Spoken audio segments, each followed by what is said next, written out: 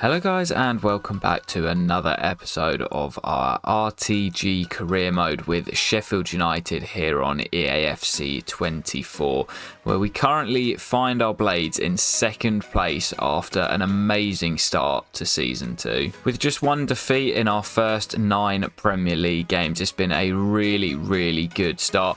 Got lots to crack on with today, including some big games away at the Emirates, Newcastle at Bramall Lane, and also Manchester United away at Old Trafford. Before we get into our first game, which sees us host newly promoted Leeds United, we have got a scouting update here and also a job offer from Denmark to take over as the national coach. But as I've said, I'm not really too fussed about international management at this stage. It's not really something I touch a lot in career mode. We obviously did last year with the Glory Hunter save, but at the moment I just want to focus on the Blade. So let's take a quick look at our latest scouting updates. Of course, we can't actually sign any of these players just yet. We had Jordan Winter come through. The potential has dropped since that first few months of scouting, but obviously, as I say, we can't promote any of these guys just yet due to the fact we don't have enough money. So yeah, we're in a bit of a predicament with the likes of Jordan Winter, who I would like to promote and give a scholarship, but we don't have the funds at the moment. Obviously, I'm hopeful that that will change when we get into January. We will hopefully be able to sell a couple of players. We've got some youth players. Another good Norwegian goalkeeper here, Andreas Christiansen. But yeah, looking to sell a couple of players when we get to January, a few of the youth players, and yeah, hopefully we'll be able to promote some of these guys. And finally from Greece here, a couple of decent players as well. I like the look of Dimitriou. Obviously, we've already got Dimitriou in the academy. There's another here, Georgios, who looks like he could be pretty decent. High value, so looks like he's got a good starting overall. A couple of other decent-ish looking players here. But for now, we will, of course, continue scouting. And like I say, we're now at the beginning of November, so a couple of months until we get into January and we can start to try and raise some funds. We're obviously scouting a couple of Dimitriou still from Greece, and we've got Georgios in the academy already. Still think he is our best prospect at the moment. But as I say, there's a few players that I'm just going to look to sell in January. Some of them could be pretty decent, so we're not going to look to shift everyone on. But these guys that just aren't good enough, we'll just try and sell them in January. So yeah, not a huge amount of updates regarding the youth players in the youth academy at the moment because we can't sign anyone. Obviously, there's not a lot of change. When we get the funds, I think there's going to be quite a few players given scholarships and we can check them out in the academy, but until we get to January, there isn't really a huge amount we can do. Jumping into the first game here, newly promoted Leeds, where I'm eyeing another 3 points. So pretty poor game so far. We had to withdraw Cameron Archer at the break after a pretty heavy challenge on him from Robin Koch. He went down with a knock and had to come off, like I say. Been a really poor game so far and pretty disappointing. As I said before the game, I saw this as a chance for 3 points, and Suchic's effort is well blocked. Neither team's had many chances, and it might just take one goal to win it. And Danny Ings, brilliant start to the season for him. Our veteran striker from the corner gives us the lead. There's the full-time whistle. Not a very eventful game, but we do hold on for another 3 points, and we're just finding a way to grind it out at the moment. Well, bad news after that game. Cameron Archer has suffered a broken toe and is out for up to 3 months. Now, the only sliders that I do actually change, and I'll just show you very quickly if I can find it. All my sliders are set to 50 for both the user and the CPU, apart from the injury frequency and severity, just to make it more realistic. With the sliders as they're set on the default, you go through the season without getting any injuries, and it's just so unrealistic. So we have got these two changed slightly,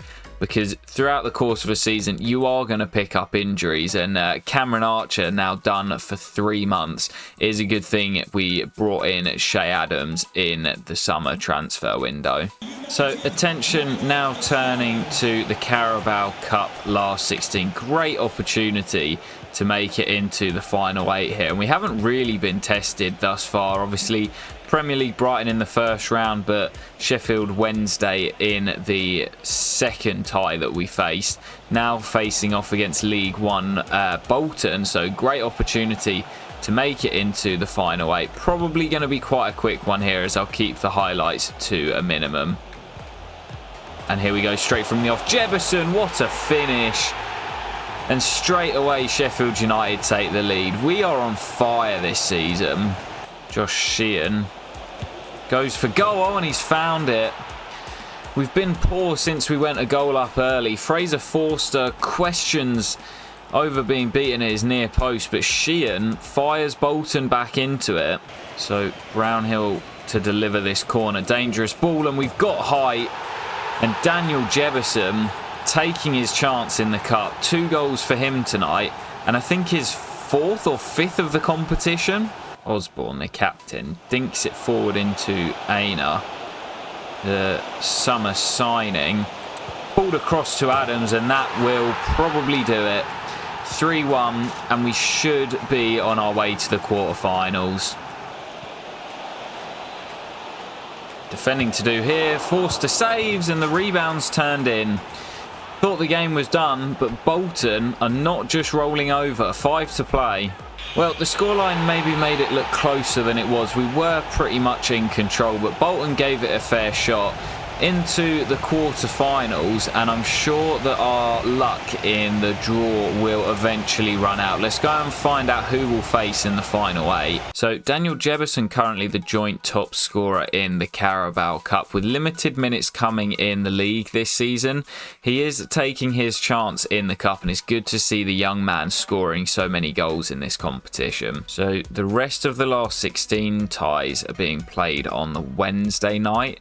So we'll go and find out who it is we will face, as we've jumped back up to top spot in the Premier League. But in the Carabao Cup quarter-finals, it will be West Ham away from home. So no real easy ties there. Everyone will have wanted Ipswich, who knocked out Coventry. But Arsenal winning on penalties, Man United winning on penalties, Liverpool beating City, and then facing United in the last 8. I'll take that. West Ham away at the London Stadium. And speaking of London, we are back in the capital for our next game as we take on Mikel Arteta's Gunners at the Emirates Stadium. This is going to be a real test. I've said it against Chelsea and against Liverpool, a real test to see how far we have come, and they are so difficult to stop when they come in from those wide positions. Bazunu makes the first save of the game. This is going to be a real test. Greaves floats it into Harmer. Ings has Bogle on the overlap. We have been so good in both positions on the pitch. Shea Adams, despite the slow start, gives us the lead. I was going to say we've been so good at the back and so free-flowing in our attacking play. We do feel like we can beat anyone. And this competition that we've got in all of our positions is really bringing the best out of all of our players. And, you know, having competition is healthy. If you've got players thinking they're nailed on, Martinelli. If you've got players thinking that they're nailed on starters, their performance can sometimes dip. If you know that there's someone right up their backside looking to get in the starting 11 and take their spot, then sometimes their performances will improve. Trying to jockey there and keep Martinelli out, but as I said earlier, it's so difficult to stop them when they come inside. Arsenal back on level terms straight away, and it's the Brazilian who fires them level. Omiyasu down the line to the captain Erdegaard. Back kills it into Berardi, and Jesus is with him. I hate when they attack from these wide positions. Rice into the area. Back to Berardi, and he looks to step inside, and Martin Erdegaard finishes off a brilliant Arsenal move. They are so difficult to stop when they come inside.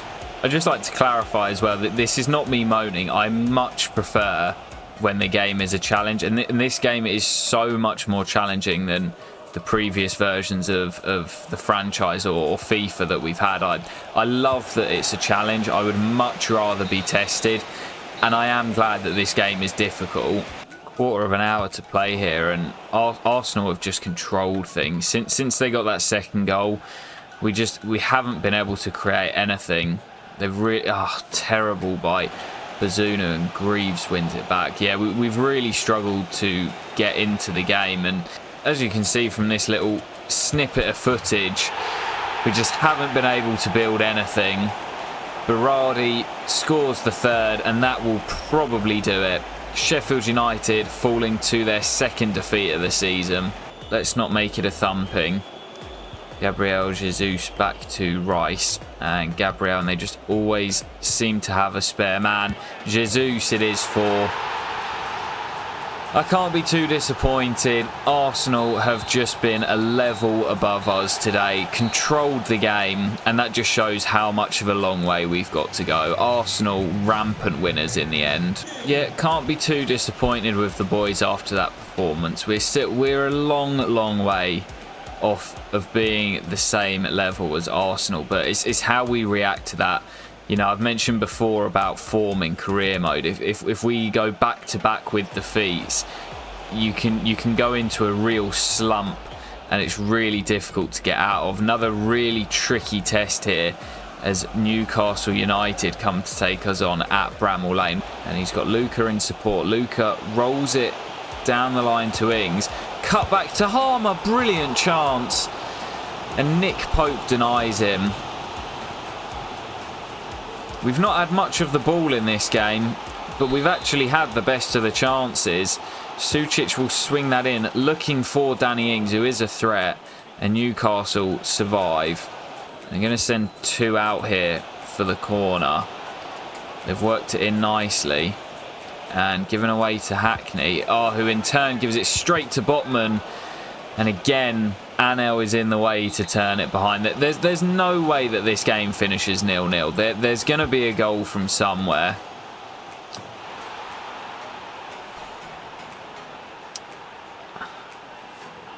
Sometimes I wish I just didn't open my mouth. Well, we know from the My Player career that those near post runs and the looping headers are so hard to stop. I don't think there's much that Bazunu could do. It's a brilliant header by Barnes. He's maybe a couple of yards off his line, but I don't want my keeper to be on his line from a corner. I want him being proactive, and Harvey Barnes with a brilliant header. Newcastle are just in control here. Willock, and they're sniffing out that second goal, and they've got it. Sean Longstaff fires it in from the edge of the box, and that'll do it. It's going to be back-to-back defeats for Sheffield United, and that just shows how far off it we are at the moment. We've still got a long way to go until we can compete with these boys. Well, late chance for Newcastle to grab a third, and Alexander Isak just absolutely waltzing past our defence. It's 3, and Newcastle been so much better in this second half, deserve the victory, and it's back-to-back defeats for the Blades as we start to slip down the table. So those back-to-back Premier League defeats have seen us drop from first in the table down to 6th. That's how close it is at the moment, and we now face a Wolverhampton Wanderers side who they themselves have got off to a good start, and a win here could actually see them rise above us in the table. So it's funny how quickly things can change. Bogle, quick thinking, brings Ings into play, and now Harmer not getting closed down. Harmer, oh, that is outrageous. Gustavo Harmer, quick throw in from Bogle, finds Harmer on the edge of the box, who was one of our best performers in a pretty dismal season last year. He's been a bit quieter this season, but the lift he gets on that is outrageous. Jose Sarr gets nowhere near it, just his second of the campaign. And early on, what a way to react. Corner here for the Blades, the goal scorer's over it, looking for Ings. It's well one in the middle, comes out to Hackney. He looks to have a go. And he says, Gustavo, anything you can do, mate, I can do better. Hayden Hackney with an absolute cracker. 2-0 to the Blades. Well, I won't lie. I had absolutely no idea that the Trivela shot was so OP. Hwang, diving header from the edge of the box. Turned away by Gavin Bazunu. Still we lead by 2 and the corner is cleared. Kept alive though. Hwang, shot comes in, drops to Kalajdzic, and that is a fantastic save with the leg by Gavin Bazunu. And his kick out sets us on the counter here. Sucic holds off his man. Harmer, touch, hit. Oh, we're playing some brilliant stuff out there. We've got just over half an hour to play here, and I wouldn't say the game is done just yet. Wolves pushing and pressing, trying to get back into this, but that does mean there will be gaps going the other way. So I think the next goal in this one's going to be a big one. Well, will it be Wolves to get that next goal? Zalewski in between Giles and Vinicius. Still Zalewski, brilliant save Bazunu. He's kept us in this at times.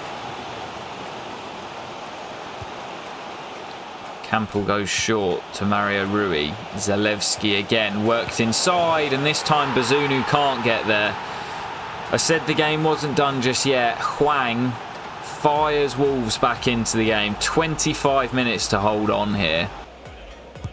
Harmer's ball in. Jebison! There's the dagger. 3-1, and we will return to winning ways. Daniel Jebison off the bench with, I think, his first league goal of the campaign. And yep, there it is. We do return to winning ways after back-to-back defeats. Big win that will hopefully steady the ship. We made hard work of it, and Bazunu had to keep us in it at times. But Jebison's late dagger sees us pick up all 3 points here at Molineux. So back to Bramall Lane here and looking for back-to-back victories. Aston Villa, always a side that seemed to do well in career mode, and we struggled against them last year. I'm expecting this to be a really tough test. They're currently not having the greatest of seasons, not inside the top 8 like they were last year. So hoping we can return back to winning ways again. Or good press from Aston Villa, and Iglesias wins it, and we're in trouble here. He's got Tammy Abraham with him, and Tammy smashes in the opener. That is a really poor goal to concede. Hackney still down the left. Comes infield and finds Sucic, who has slowed down as of late. Emi Martinez turns it away. Harmer to swing the corner in. Dangerous ball, and there's our equaliser. We're a threat from corners, and Danny Ings, against one of his former teams, shows the respect to the Villa fans. But that's a huge goal to put us back on level terms. Danny Ings does it once again. Villa have responded pretty well here, and they've got a corner which goes short to Yuri Tielemans. Somehow pokes it through the gap to Diaby, and Louise hits it. Tammy Abraham with the lucky rebound. And well, that's just a moment of being unlucky there. There's nothing more we can do. They've worked the corner nicely, but as the shot comes in from Louise, it's hit our defender Trusty and just ricochets right into the path of Tammy Abraham. Nothing we can do about that, just an unlucky goal. An hour on the clock here, and Aston Villa just controlling things. As we saw with Arsenal and Newcastle, once we go behind, it's so difficult to get back into these games because they just control the tempo. They're so difficult to get the ball off, and then when you do, you're trying to force the issue. And it's worked inside brilliantly, and Aston Villa have a third, and it looks as if we're going to fall to our third defeat in 4 Premier League games here. Yep, 3 defeats in 4 for Sheffield United as our brilliant start to the season begins to unravel. Manchester United next in midweek, not expecting to get anything out of this next one. So lots of changes for this one. We're nowhere near at full strength, with it coming just 3 days after that defeat to Aston Villa. We did win here last season, which is our only real saving grace. But with a much rotated side and 3 losses in our last 4, I'm not expecting this to go particularly well. Slimani, Sucic, Adams in support. Shea Adams gives us the lead. Wow. Well, I did not expect that. From out of nowhere, a quick counter-attack, and Che Adams scores at Old Trafford to give us the lead. Fernandes over this free kick for United. Dangerous ball in, and Morata heads home to level it up rather quickly for Manchester United. Not sure what the celebration's all about, but the Spaniard heads in. So frustrating to be beaten by a set piece like that. It's the sort of thing that should be our bread and butter. Big long hoof balls into the middle. It's the little intricate passing that should be too much for us, and as Anthony keeps that in place, still the Brazilian, and that they're so tricky to stop. But here comes Giles on the break. Ryan has Adams ahead of him, and he's poked it through the gap, and Che Adams in behind again, and Onana this time makes a brilliant save to keep it at 1 apiece. Andrew, lovely little flick round the corner. Brownhill has Sucic ahead of him, and Luka into the space. Sucic! Oh, that is mightily close. Oh, Giles has taken a tumble there after a strong but fair tackle by Anthony, and United playing on.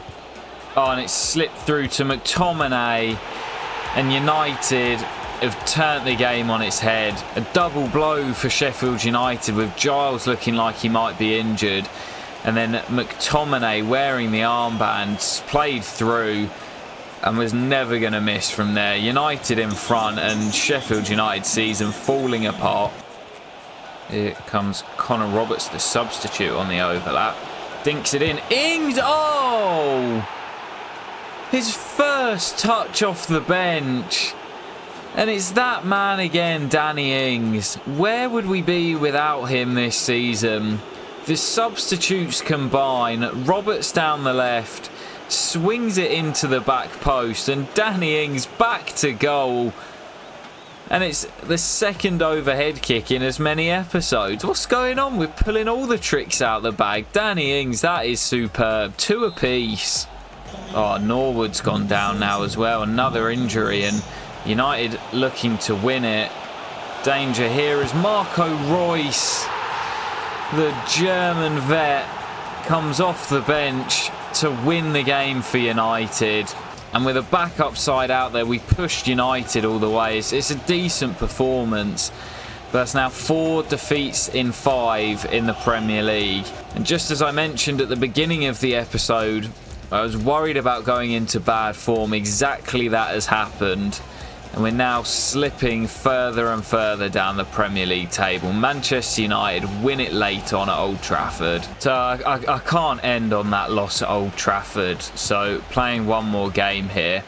Great opportunity to get back to winning ways. Leicester, newly promoted, sat in the bottom 3 at the moment.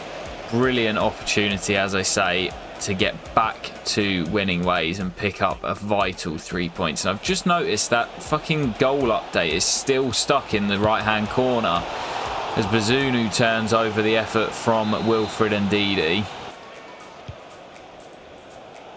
It's going to drop to Gustavo Harmer here. Harmer, oh my word, off the crossbar. It just set up so nicely for him. And I had to take the strike on, and it cannons off the crossbar, off the Denver bar, and Leicester survive. What a hit from Gustavo. So still tied at 0-0 here into the second half of this one. Ings, lovely flick round the corner. Harmer looking for Ings too much on it, and we just haven't really created anything clear cut as of yet. And this is what I mentioned about form, whereas maybe at the start of the episode we would have walked into this one and it been a bit of a breeze. We're now struggling due to the fact we're in poor form, and I don't think form's a bad thing. I think it just has to be toned down a little bit, because at times it feels like it's a little bit too overpowering on your players. And you know, the guys that were playing brilliantly when you're in good form now can't kick a football. So we've just hit an hour on the clock. It's been a really poor game so far. Still tied at 0-0. Not many clear-cut chances.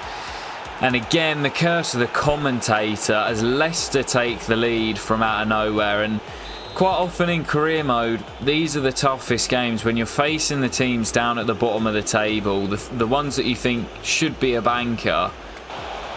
Clock against Sheffield United here, and the scoreline's going to be as well. Connor Roberts tries to block the shot, and that will be a late penalty for Leicester.